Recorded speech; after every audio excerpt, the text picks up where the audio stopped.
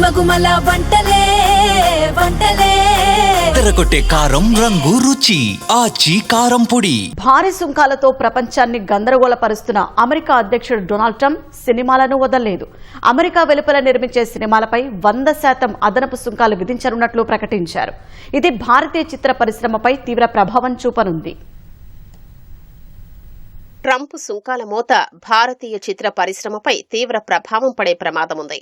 మన దేశంలో పలు భాషల్లో నిర్మిస్తున్న చిత్రాలకు అక్కడి ప్రవాస భారతీయుల్లో మంచి ఆదరణ ఉంటుంది. 2017లో ఫోర్బ్స్ ఇచ్చిన నివేదిక ప్రకారం భారతీయ భాషల చిత్రాలు అమెరికా, కెనడాల్లో భారీగా ప్రదర్శితమవుతున్నాయి.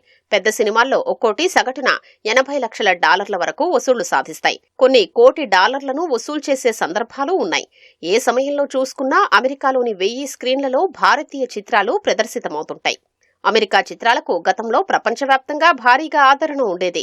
మిగిలిన దేశాల్లో చిత్రాలు భారీగా నిర్మాణమైనా అన్ని దేశాలకు చేరేవి కావు. ఫలితంగా హాలీవుడ్ ఏకఛత్రాధిపత్యం సాగేది. ఓటీటీల రాకతో ఆ ఆధిపత్యానికి గండిపడింది. ప్రపంచంలో ఏ దేశంలో చిత్రాల్ని నిర్మించినా అనువాదమై అన్ని దేశాలకు వస్తున్నాయి. అనేక సినిమాలు ఓటీటీల్లో ప్రసారమవుతుండటంతో సినిమా హాళ్లకు జనం రావడం తగ్గింది. ఫలితంగా హాలీవుడ్లో అనివార్యంగా నిర్మాణ వ్యయాన్ని తగ్గించాల్సి వచ్చింది. ట్రంప్ తీసుకున్న నిర్ణయాన్ని పునరాలోచించుకోవాలని తెలుగు నిర్మాతలు కోరారు. 100% టారిఫ్లు అమలు చేస్తే భారతీయ చిత్రాలకు ఆదాయపరంగా అనేక ఇబ్బందులు తలెత్తుతాయని ఆవేదన వ్యక్తం చేశారు. 100% టారిఫ్ ట్రంప్ విధించింది కనుక ఇంప్లిమెంట్ చేస్తే సినిమాలకి కొంచెం రెవెన్యూ పరంగా ఇబ్బంది అయ్యే అవకాశాలు చాలా ఉన్నాయి. నైజాంకి ఈక్వలెంట్ గా యుఎస్ మార్కెట్ చేస్తున్న సందర్భాలు మనం చాలా చూసాము.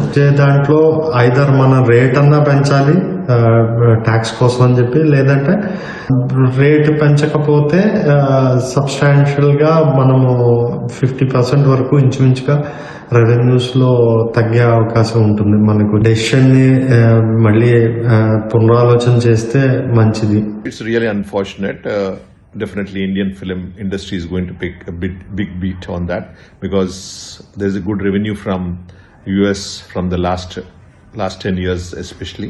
Films are really making a big business there. It was just 7%. All of a sudden going for 100%. I think the revenues will hit at least 50%, 50 to 55% less than what we were getting previously.